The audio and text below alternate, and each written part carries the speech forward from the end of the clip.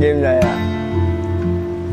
Magandang araw po. Ako nga po pala si Adrian Santiago. Mas kilala bilang si AJ, 20 years old.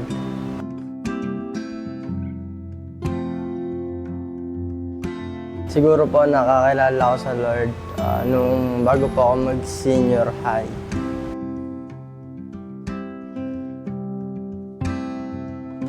Kung meron isang salitang itatawag sa buhay ko noon, siguro tatawagin ko yung walang kwenta. Kasi ano yun yung buhay na yun is walang direksyon, walang patutunguhan, walang purpose kasi hindi ko pa kilala si God. Parang nabubuhay lang ako para sa sarili ko. Ginagawa ko lang kung ano yung kagustuhan ko na wala akong pakialam sa kinabukasan or kung may mga bagay ba akong kailangan gawin, gano'n.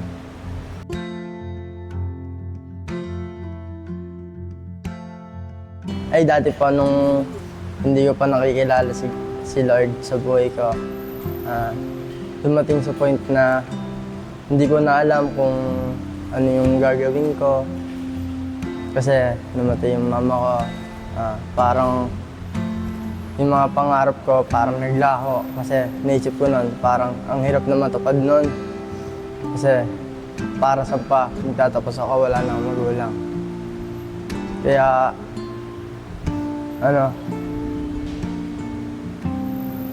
ayun yung point ng buhay ko na sobrang hirap kapag wala talaga si Lord sa buhay mo.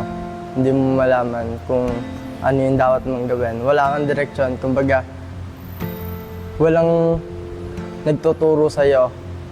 Kumbaga kung wala si Lord sa buhay mo, walang magtuturo sa'yo kung anong dapat mong gawin. Lalo ka lang malilito, maguguluhan. Kaya kailangan talaga isama natin si Lord sa buhay natin. Kasi siya yung nagtuturo ng mga dapat nating gawin para di tayo mapahamak at makagawa ng masama.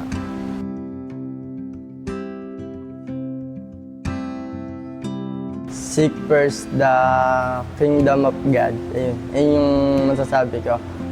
Kasi kung gusto mong magkaroon ng direksyon at patutunguhan yung buhay mo, hanapin mo muna si God. Kasi hindi mo mahanap ng sarili mo lang yan.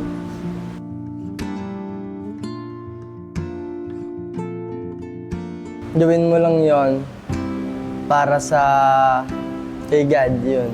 Gawin mo para kay God yung pag-attend mo sa event. Kasi hindi lang yun about sa saya, para din yun sa spiritual mo. Kumbaga ayun yung nagbuboost ng spiritual mo para mas mapalapit ka pa kay God.